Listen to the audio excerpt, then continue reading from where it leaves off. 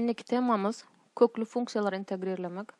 Köklü funksiyalar gören ýagdaýymyzda ilk etjek zadymyz köküň derejesine seretmek. Köküň derejesine göre biz içeridäki funksiýany belli bir baha bilen çalyşýas. Indi eger kvadrat kök gören ýagdaýymyzda ona şu kökden çykar ýaly edip näme bilen çalyşsam gowy bolar? Meselem u kvadrat bilen çalyşan ýagdaýymyzda kökden çykýar. Aşağı misalda kubba, ona men u kub bilen çalyşan ýagdaýymda kökden çykýar. Ona şu ýerden misalyň üstüne seredeli. Men 3x goşmak 1 diýen funksiýamy bir u kvadrat diýip belän ýagdaýymda iki tarapdan önüm alsam, bärden x'e görä, bärden u görä önüm alan ýagdaýymda 3dx deňdir 2u du bolýar. Ine şu dx'iň bahasyny men näme diýip bilen şu ýerdäki 3'ü beýlek geçiren ýagdaýymyzda dx deňdir 2u gatnaşan 3 du bolýar. Ine şu çalşyrmalar men esasy integral funksiýamda, integralynda ýazsam ýerine integral köküň aşagynda u kvadrat dx'imiziň näme deňdigini biz şu ýerden bilýäs. Dx'imiz 2u gatnaşan 3'e deň. Onu 2u gatnaşan 3 du deňdir. Indi bul kökden çykan ýagdaýynda näme bolýar? Integral u köpeltmek 2u gatnaşan 3 du bolýar. Bu biziň adatda integralymyza gelýär. Onda şeýle 2 gatnaşan 3 u kvadrat du diýsek deňdir 2 gatnaşan 3 hemişelik san bolan üçin göndaşyna çykarýas. 2 gatnaşan 3 u kvadratym näme bolup çykýardy? U'nyň kuby gatnaşan 3 şeklinde çykýar. Demek köpelden ýagdaýymda 2 u kub gatnaşan 9. Indi u'nyň bahasyny men şu ýerde ýerine goýmaly. U'myz näme diýdik? 3x goşmak 1'miz u kvadratdy. Onu u'nyň özü näme bolýar? Şunyň köklü görnüşi bolýar. Ýagny şu ýerden iki tarapdan kök alan ýagdaýymda köküň aşagynda 3x goşmak 1 diýen baham u'nyň bahasyna deň. Onu şu ýerden şu bahany men ýerine ýazýan 2 gatnaşan 9 köküň aşagynda u'myz kök aşagynda 3x goşmak 1 şunyň derejesinde 3 goşmak S biziň jogabymyz bolýar.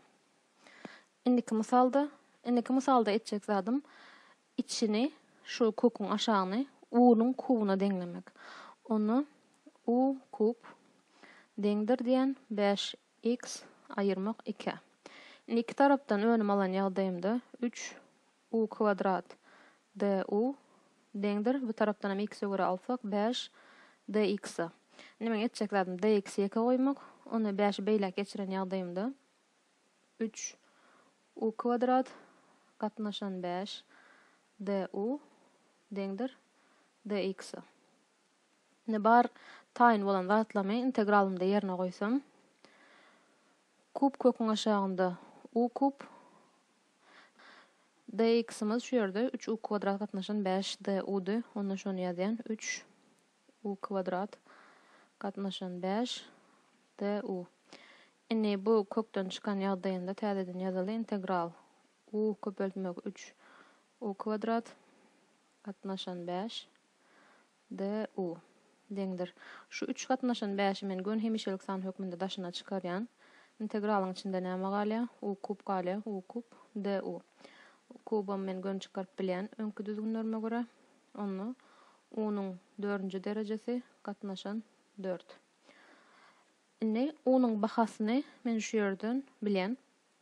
U'nyň bahasy şunyň kub kök aşagynda görnüşi başgaça aýdymda şu bölegi men u bolup durdy. Onu ýerine ýazan ýagdaýymda 3 gatnaşan x'ni köpelden ýagdaýymda 20 ýaýyň içinde u'myzy ýazaly. Kub köküň aşagynda 5x aýyrmak 2 derejemizem 4 bolan üçin bärik 4 goýýas. Goşmak S biziň jogabymyz bolýar. Indiki misala geçeli. 3-nji misalymyzda seredýäs bu gede kvadrat we aşakda. Onu şunyň aşagyny men bir u kvadrat diýip belän ýagdaýymda näme bolýar? X kvadrat goşmak 5 deňdir bir u kvadrat bolsa, önüm alan ýagdaýymda 2x dx deňdir 2u du bolýar. Bärden ikiler gysgalan ýagdaýynda x dx diýen baham u du deň bolýar. Inni etjek zadym ýerine goýmak, integral ýokarda x bilen dx we şu bölük x bilen dx bölügüm meniň u du deň. Onda men göni u du ýazmak düşerek. U du. Aşaky bölügüm nämedi? Köküň aşagynda u kvadratdy. Köküň aşagynda u kvadrat. Deňdir. Inni integral ýokarda u aşagda kvadratdan çykan kvadrat kökden çykan ýagdaýynda u du deňdir integral 1 du. Onda bu näme bolup çykýar? Hemşerik san ýanyna bir u goýup çykarmaly bolan, onu u bolýar. Deňdir u'nyň bahasyny men bilýän. Jogam onu x kvadrat goşmak 5 kvadrat köküň aşagyna. Bu şu biziň u'myzyň bahasy. Goşmak ise biziň iň soňky jogabymyz bolýar. Indiki misala geçýäs. Misal 4-de etjek zadym ýene şu bir düzgün. Aşagdaky kvadrat kök bolan üçin men näme etýän? Aşagy bir u kvadrata deňleýän. Onu x minus 1 deňdir u kvadrat diýip alan ýagdaýymyzda dx'imiz 2 u du deň bolýar. Birim şu ýerden bir bellemeli zadymyz şu ýerde bir x bar. Ona x'iň bahasyny şu ýerden görsek, x ýeke goýan ýagdaýymyzda u kvadrat goşmak 1. Indi gerek ýerine men bahalary goýuştursam, aşaky bölügimiz u kvadrat bolan üçin men muny göni u diýip ýazmakçy, sebäbi kökden çykanda u bolup çykýar. Dx'imiziň bahasy 2 u du deň şu ýerden. X'iň bahasy u kvadrat goşmak 1 bolan üçin 4 ýaýyň içinde u kvadrat goşmak 1 diýip ýazýan. Deňdir. Şu ýerdäki ular gysgalsa, ýokarda näme galdy? Integralyň içinde 4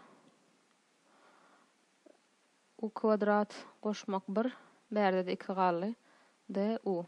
Indi şunu men açan ýagdaýymda 4 bilen 2-ni köpelsek 8.